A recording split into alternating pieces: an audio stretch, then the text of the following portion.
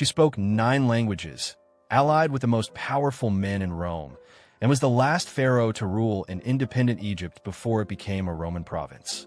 This is the story of Cleopatra, the queen who defied an empire. Cleopatra VII Philopator was born in early 69 BCE in Alexandria, Egypt. She was a member of the Ptolemaic dynasty, a Greek Macedonian family that had ruled Egypt since the death of Alexander the Great. Despite their Greek origins, Cleopatra was reportedly the first Ptolemaic ruler to learn the Egyptian language. Cleopatra received an exceptional education at the Milestones of Alexandria, one of the ancient world's greatest centers of learning. She studied philosophy, rhetoric, mathematics, and astronomy. Ancient sources describe her as remarkably intelligent and charismatic, with a voice described as enchanting. In 51 BCE, following her father Ptolemy Xi's death, 18-year-old Cleopatra became co-ruler with her 10-year-old brother Ptolemy XIII. Court factions soon turned against her, and by 48 BCE, she had been driven from Alexandria, raising an army in the eastern desert to reclaim her throne.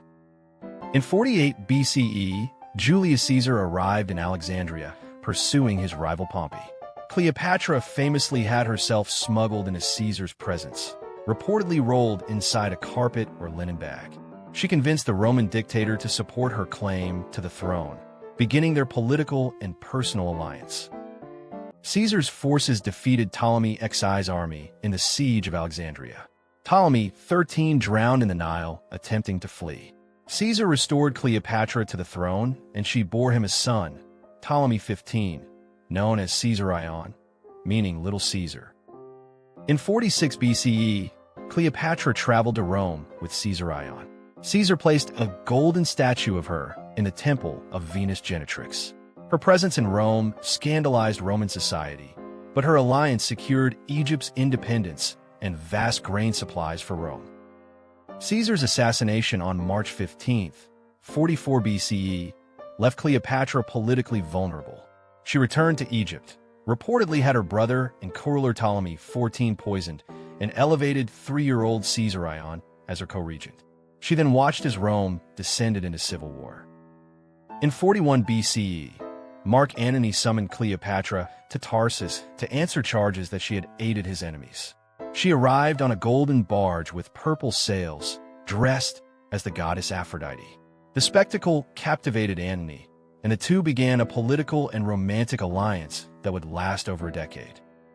Cleopatra bore Antony 3 children, the twins Alexander Helios and Cleopatra Selene, and later Ptolemy Philadelphus. Their alliance was both personal and strategic.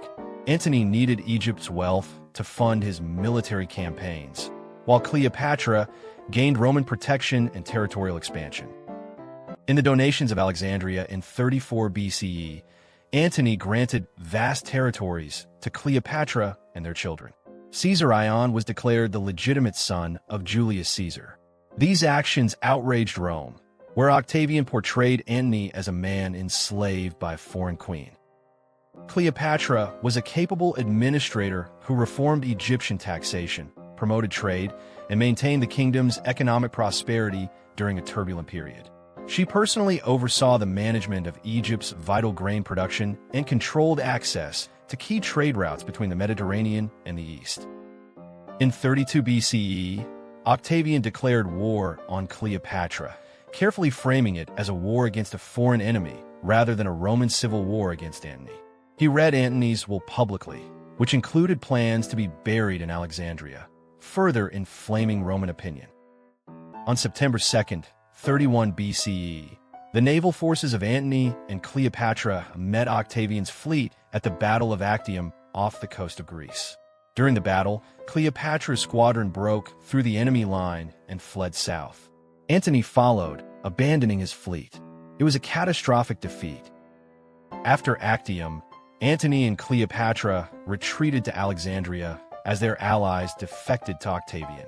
Cleopatra attempted to negotiate directly with Octavian, offering to abdicate in favor of her children, but he demanded unconditional surrender. She reportedly began experimenting with poisons. In August 30 BCE, as Octavian's forces entered Alexandria, Antony received a false report that Cleopatra was dead. He fell on his sword. Mortally wounded, he was carried to Cleopatra's mausoleum, where he died in her arms. Cleopatra was captured by Octavian's forces, but refused to be paraded through Rome as a trophy. On August 12, 30 BCE, she died at the age of 39. Ancient sources state she was bitten by an asp, though modern historians consider poison equally likely. The exact method remains unknown. With Cleopatra's death, 3,000 years of Egyptian pharaonic rule came to an end. Egypt became a Roman province. Octavian had Caesarion executed, eliminating the last potential rival claiming descent from Julius Caesar. Cleopatra's other children were raised by Antony's Roman wife.